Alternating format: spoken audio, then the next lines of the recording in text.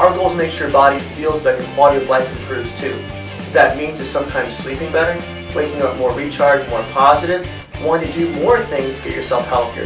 That's the attitude we want to see, so your overall body improves. As we said at the beginning of the video too, we take the x-ray. At that point you see the improvements, such as these here, where those spaces do open up. The curve of the spine improves too. At that point we show your body having better motion in the spine. As your muscles feel more relaxed and stronger, your overall quality of life improves.